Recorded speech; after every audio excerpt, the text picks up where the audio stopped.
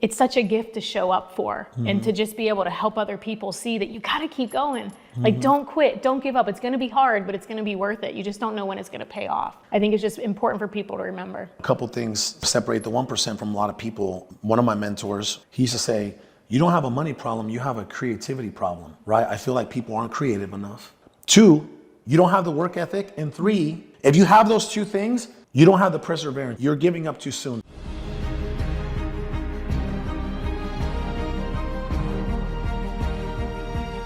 Welcome back to another episode of the show. I am really excited to have you here with me and for you to be able to meet this incredible guest, Carlos Reyes. Welcome to the show. Thanks for being on. Thank you for having me, Candy. So much about who you are, what you've done, what your mom did for you, that I think that would really speak to our audience of entrepreneurs and of investors. So if someone follows you, they might think that you're the business guy and that you have all these things, which you do.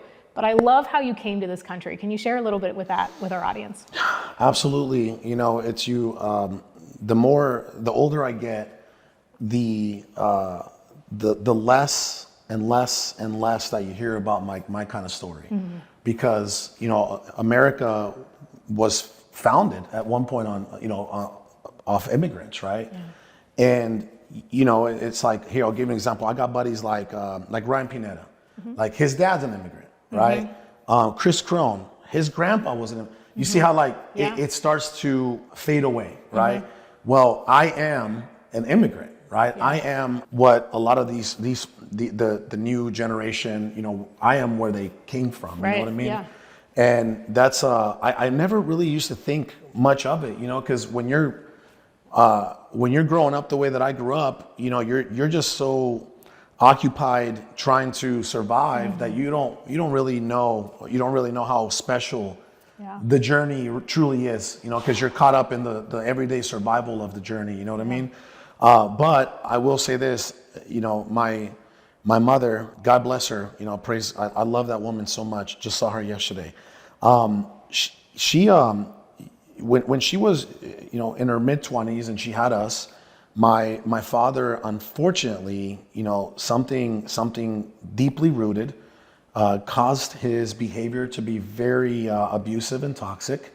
My mom, literally at 2/2.5 years, and me being 2.5 years old, my father used to come home and he used to be on coke.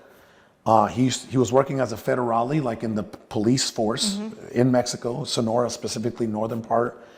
He used to come home drunk, coked out, beat my mom. It got to the point where there was one incident that happened where my mom just pulled the plug completely, finally. She took 5 years of abuse, 5 years. And that was so hard. You know, her and I, now that she's older and I'm older, we have these conversations now, you know, like friends. She said, you know, son, there was one incident when he came home and he beat me up. He thought that I had a man. He was delusional. It was probably because of the stuff he was doing on the street. Came home looking for a guy under the bed, beats me up, puts me and you against the wall and starts shooting at us, not to kill us, but just for whatever situation he had going on. And that was it. I pulled the plug. She says, I took you, I took your brother, and we drove an hour and a half south to your grandparents' house. And we got away from him completely. Finally, it took me 5 years of constant abuse to leave him. 5 years. To have, Can like, you the imagine? tipping point, right? Yes. Yeah. Where it was like, okay, something happened where it was like, okay, this guy's gonna kill us. No more, right? Unfortunately, right? So yeah, unfortunately, my father was an abusive, you know, narcissist. You know what I mean? And he had a lot of deeply rooted issues that caused his behavior to be the way, you know, I found this out later when him and I started trying to form a relationship when I was 27. That was my childhood, and my mom had this really hard talk with my grandparents and said, hey, this isn't, there's no future here. There's no future here. I'm going to cross over to the United States of America. Can you guys please make the sacrifices with me for the betterment of my sons? Can you watch them? And as difficult as it was, because they were already done raising their kids, you know, they were already in their, I don't know, 60s, you know, 60s and 70s. And they said yes, you know, they said yes, we'll watch them, we'll take care of them. we understand, go.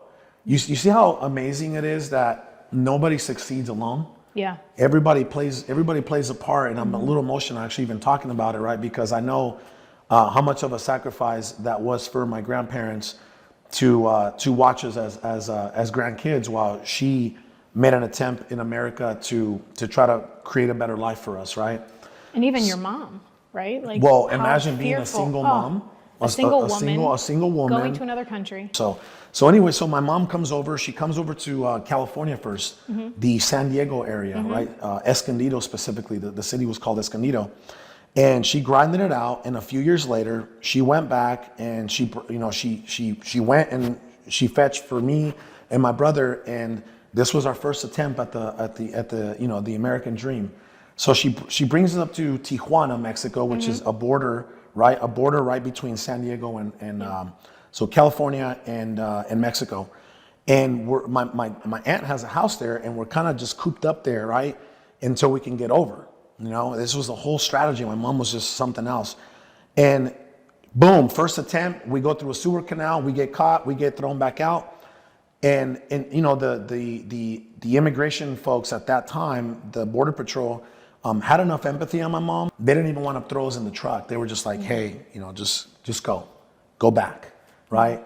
Praise God, we went back, and about 48 hours later, we made another attempt, and we pushed through. The year was around 1991, actually. 1991. So let's backpack just one step. So when your mom came here successfully the first time, she came here illegally. In the 80s, late 80s. Right? She received amnesty when she came without me, right? Okay. She left us.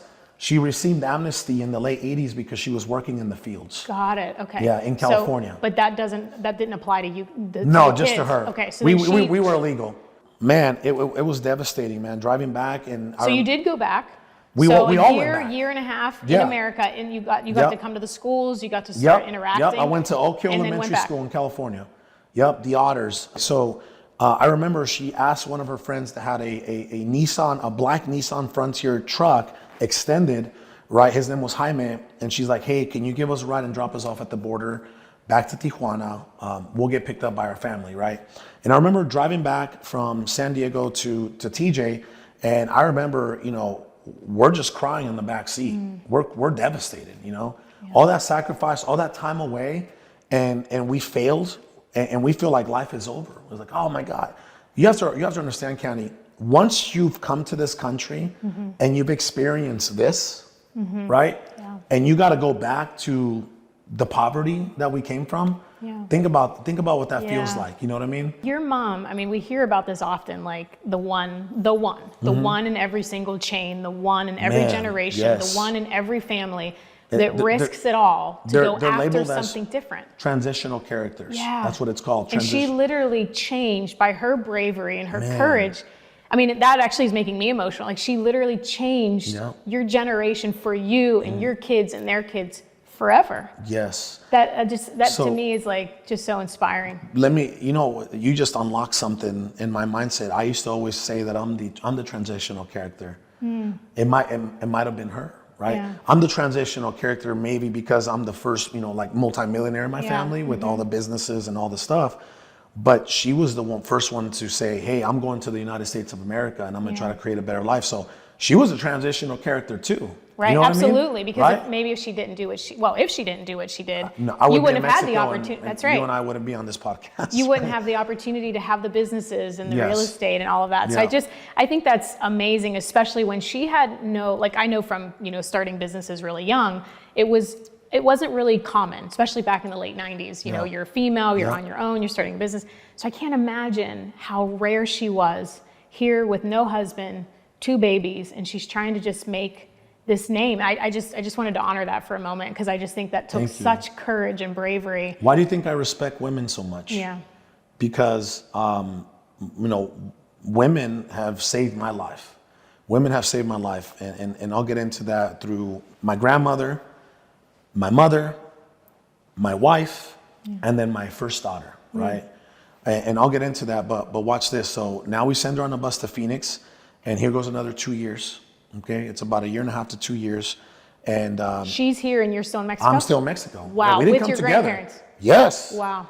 round number 2, right? Wow. So this time she only goes and she gets me. She comes and gets me.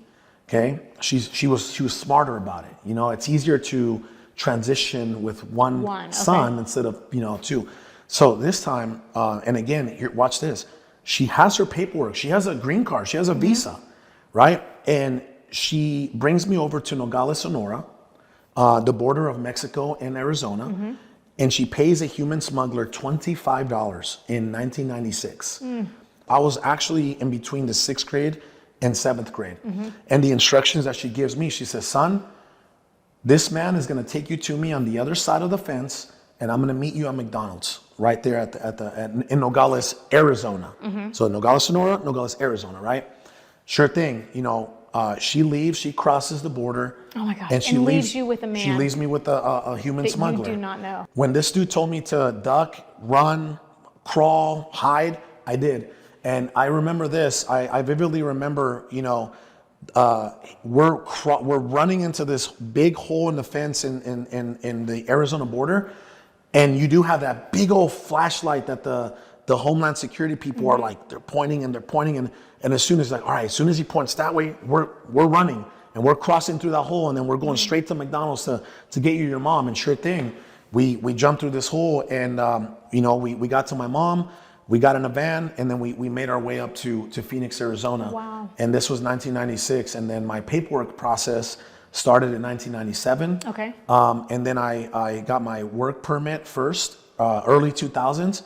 And then I got my permanent resident card in early 2000s. And then I became a citizen in 2012. So this was a very long... So you've officially only... I'm an American citizen. 10 years though. So we started in 97. Oh, okay. And then I became a citizen in 2012. So if something would have happened between the late 90s to 2012, if you would have been convicted of a felony, do you run the risk of going back? I would have been deported.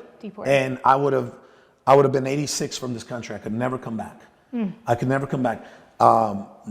That's happened to a lot of people I know. And what do you think about, because I definitely want to get into your journey, but just because we touched on this topic, if you're okay to talk about it. Absolutely. What do you think about, we're in Arizona, we have a massive border crisis. Jesus. We have so many people And we're not coming doing in anything about it, by the through way. Texas, and Ducey had the wall finished, and then Biden made him to take it down and was going to fine him $5 million a day and all of this crazy stuff.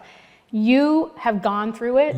You have come into this country, you've gone through the process, you've lived the American dream, but you didn't come here maybe in the beginning, maybe the proper way, if you will. I came in as a child. Right. Yeah. So when you see all these people coming in and pouring into our country through open borders, what do you think of that? I don't agree with it, and it's getting more and more dangerous to keep open borders. You got good people that are trying to get through. Yeah. Like myself, people that are really chasing a better life, but you have a lot of bad people that are not looking to do good, that are not looking to partake in the American dream, that are not looking to earn their position in America. There's a lot of bad people. And again, Mexico's not our enemy. Yeah. However, right, the people that are enemies of America, where do you think they're gonna come through? Where there's open borders, where there's easy access. I truly believe that we have to do our best as a country to enforce these laws for the protection and preservation of what we have. Yeah. Because if we don't protect and preserve what we have, we're going to lose it. So as a first generation immigrant, if it were up to you, would you finish the wall? Yeah, absolutely.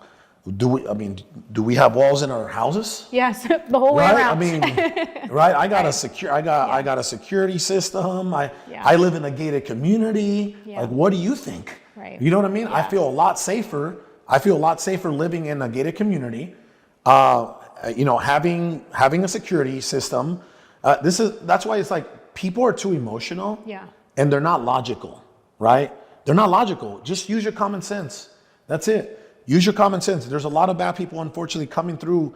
This isn't, we're not wanting to have these walls and closed borders because of the good people that are coming through. Right.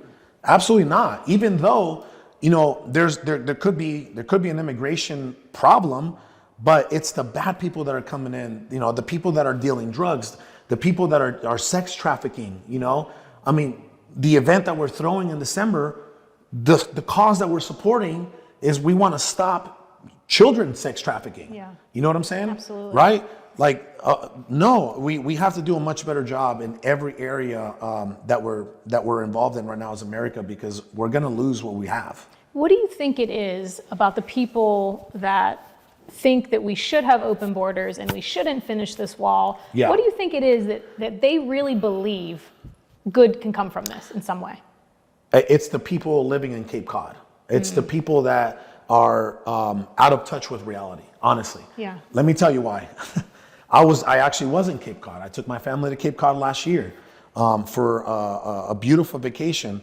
And you go there, right? And you know, you got Martha's Vineyard, and it's like those type of people that are opinionated on things that they don't live here. Yeah. Why don't you ask, let's just run a poll.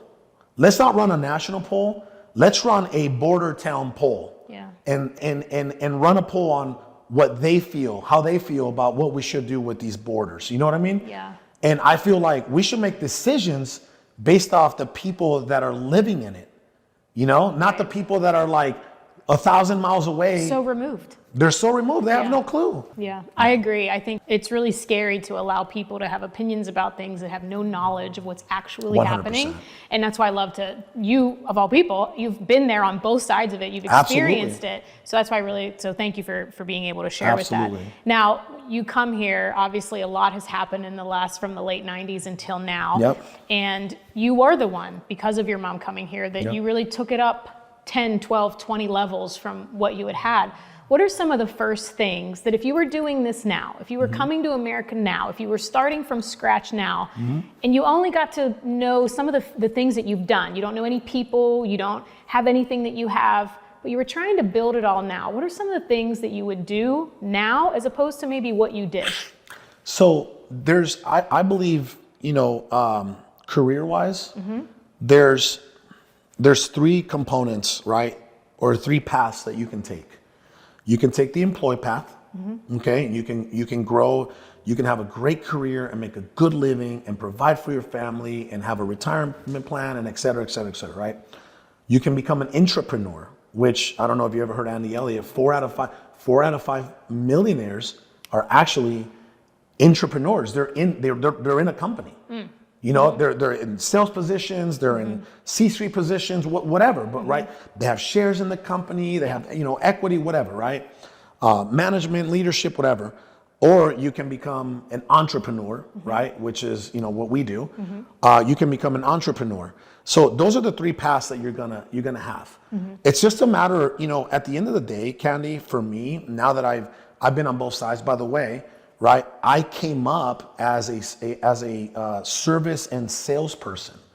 That's how, you know, I naturally, you know, my first job ever was at Best Buy as a sales rep. That's so cool. Right? As a sales rep, you know what I mean? So I came up as a salesperson, and you know, I just love people. You know, I love people, and that's the energy that you feel, because I truly do have a serving heart and an empathetic heart, and I love people. But I'd like to unpack. I was going to ask you what the first job was. So Best Buy. So from Best Buy, how did you transition into the entrepreneurial world? Watch this. So as soon as my mom brought me over, right, and we started my whole paperwork process, you have to understand, at that point, I had already created these habits of grinding as a kid, right, as a child. So right when I got over here, I was already in the 7th grade.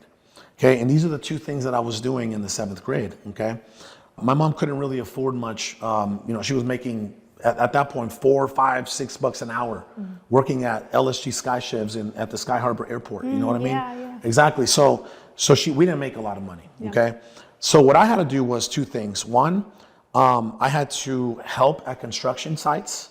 Okay, at that point I was getting paid cash.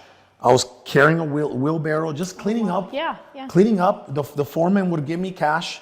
You know, as a student, you know, cleaning up at people, investors that were rehabbing houses. How do you think subconsciously I naturally became my first ever successful venture was real estate? You know, on the you were around it. I was around it. I was around it in the 7th and 8th grade.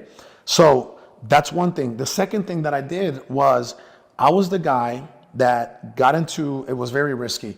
I was the guy that got into a big white van with a bunch of different kids, and I sold door-to-door candy. Oh my gosh, wow. Have you ever had someone door knock and Yeah. say, hey, we're trying to raise money because we're going to Six Flags, and I got the peanut brittle, right? And I got these chocolates. Like, I did that for 2 years, right? Oh, wow. So I started grinding at an early age because I now had to continue to bring something to the table for my mom, okay? So then after my paperwork became legal, right? Boom, I started working, and I started making more money than my mom. And that's why a lot of people don't understand the immigrant mindset.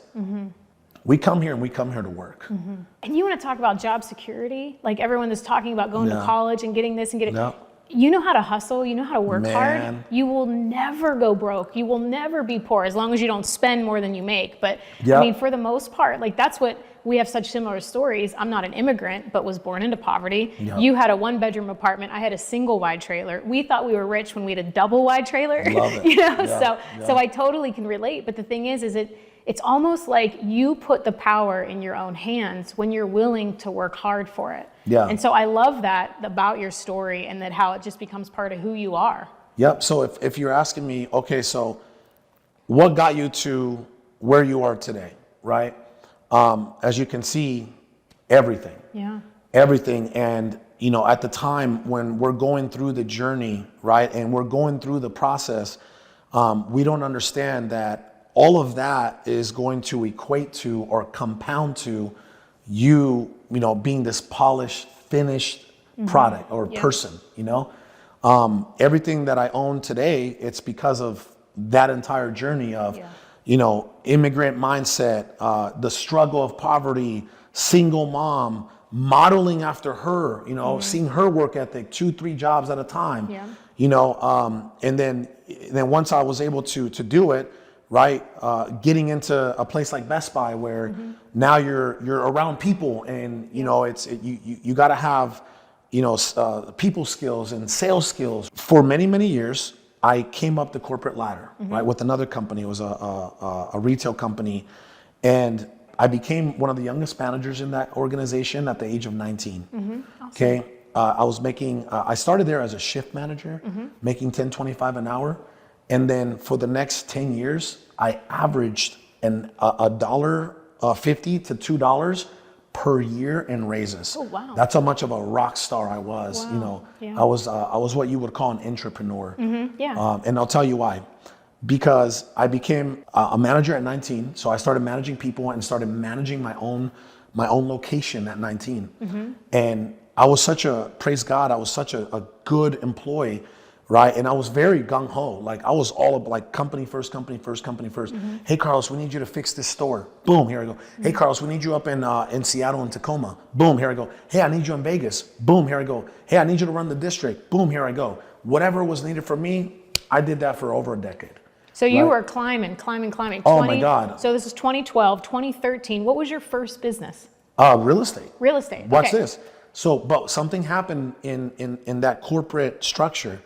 I was working towards a position, which was a regional position, that was going to pay me. It was going to give me my first ever 6-figure annual salary, right? And I was working towards this position for 4 years. I was the number one person in line. And then something happened when that position finally became available.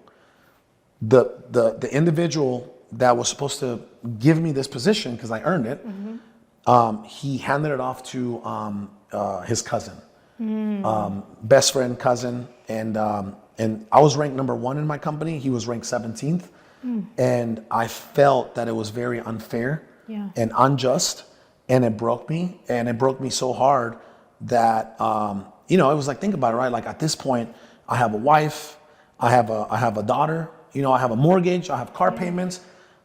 I mean, this is like you pulled the rug from under me. You know what I mean? You crushed my dreams at that point. As an entrepreneur in a corporate structure. So what they did was this. They said, we understand you're very hurt about this, decision. We want you to take 2 days off, leave of absence, like pay time off, PTO. Sure, yeah. We'll take care of it. It was like their little carrot for doing whatever they did. So I took to, in the first week, Candy, I was so depressed. I watched, I think 5 seasons. I was this depressed, right? Oh my gosh. My wife knows that when I get depressed, I binge watch. That's right. What was 5 seasons? Game of Thrones. Game of Thrones. And Okay. my wife would come into the master bedroom and say, "Hey, you really gotta go outside, and like it's starting to really smell in here." Right? Like it was like, for me, it was like, God love it was her. a bed, Game of Thrones, a shower, and food. Wow. That was it for 1 week. And then the second week, you know, when I was really like, I was like, man, God, like, what do I do? Where do I go?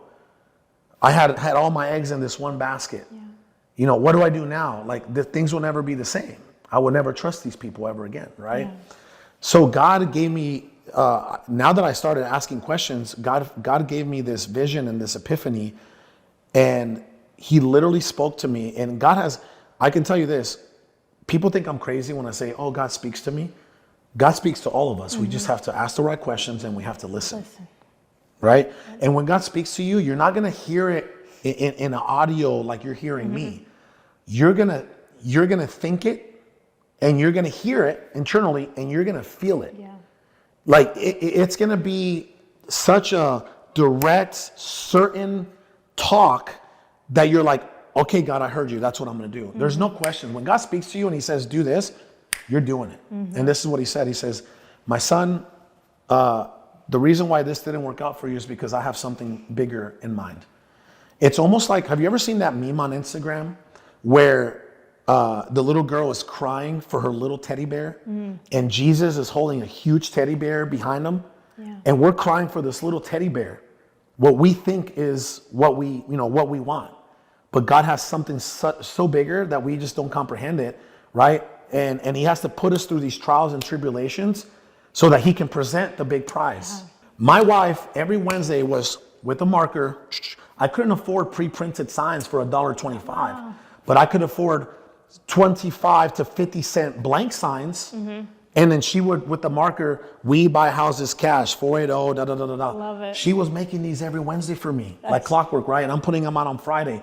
And nobody wanted to join me, right? But anyway, back to my question. Watch this. All right, you're going to work for 6 months. You're actually going to have to pay a couple $100 in marketing, but you're not going to make $1 for 6 months. Okay? Are you in or are you out? Yep. 99% of people are going to say, absolutely not. I'm not doing that. But watch this. You're going to work for 6 months and you're not going to make any money. You're going to work hard, but you're not going to make a cent. But down the road, 2, 3, 5 years down the road, you're going to become a multimillionaire. But you don't know when.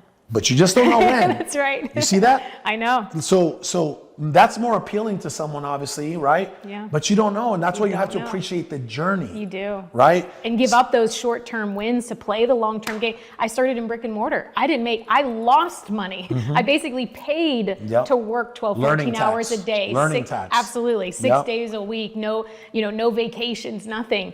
But you don't know what you don't know. And I couldn't even imagine the life that I have now. Like even sitting here, like how is this even possible? It's such a gift to show up for and to just be able to help other people see that you got to keep going. Like don't quit, don't give up. It's going to be hard, but it's going to be worth it. You just don't know when it's going to pay off.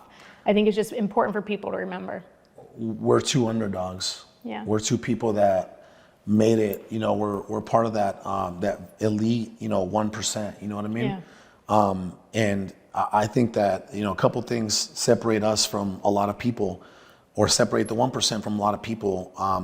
One of my mentors, which is Cody, Cody Spurbs, Cody Spurber, he used to say, you don't have a money problem, you have a creativity problem, right? I feel like people aren't creative enough. And then I feel like people give up too soon. Yeah. Right? So actually 3 things. 1, you're not creative enough. 2, you don't have the work ethic. And 3, if you have those 2 things, you don't have the perseverance. You're giving up too soon. 3 feet from gold. You know what I'm saying? Relentless persistence. Exactly. And but what is also valuable is there's nothing special about us. There's nothing unique. I don't know about you, but I wasn't the smartest. I wasn't the most. I wasn't the talented. No. I don't have something. They were asking me about hobbies. I don't really have anything I'm really that great at. No. But I was naive enough to just go after it and try, because if somebody else could do it, and we have proof all around us, then why can't you? That's but you it. got to be willing to do the work. Like, and that's what settles the score, your effort and your persistence. Yep. 3 years of intense focus, Yep. of not giving up, Yep. of being relentless, you were able to completely change your family. We delayed our gratification.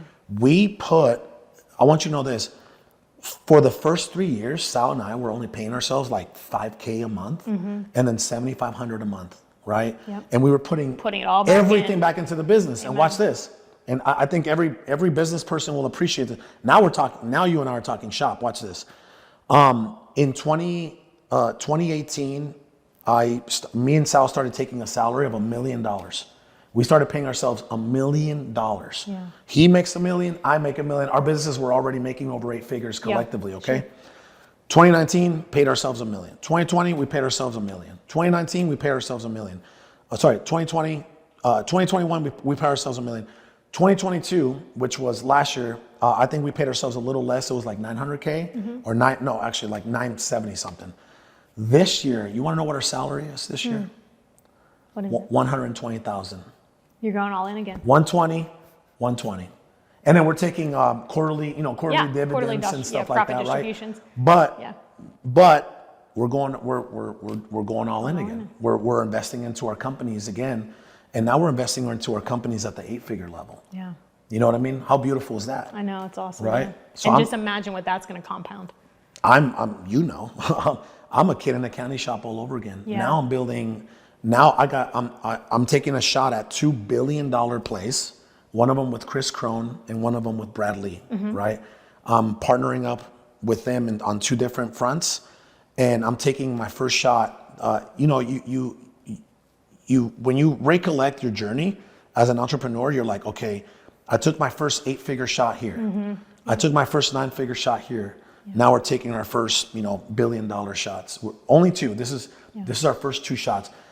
If statistically it's proven that if you take $5 billion shots, one of them will hit.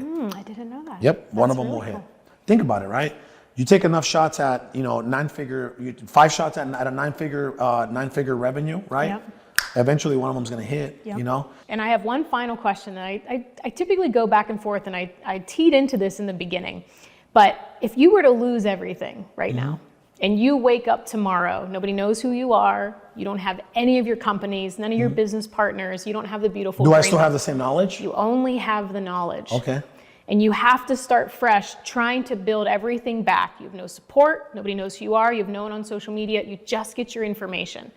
What business, what steps, what thing would you do tomorrow morning when you woke up in order to start to build it back? Simple. I would probably directly go into the real estate investment space, and within 6 months, I would produce my first $1 million. So say you'd go into wholesaling? I would go into wholesaling and Love it. flipping. Yeah. Okay, and within 6 months, not years. Yeah. The first time it took me years, right? Within 6 months, I would make my first $1 million in revenue. I love it. Yeah. I think it's so valuable because if we only have the knowledge to start with, Yeah. it shows if you would go back and do the same thing or kind of do it a little differently, and how much you can condense time. Absolutely. So thank you so much for this beautiful conversation and Thank spending you. the Thanks for having afternoon me with finally. us. God bless you. It's been great. Thank you. Thank you.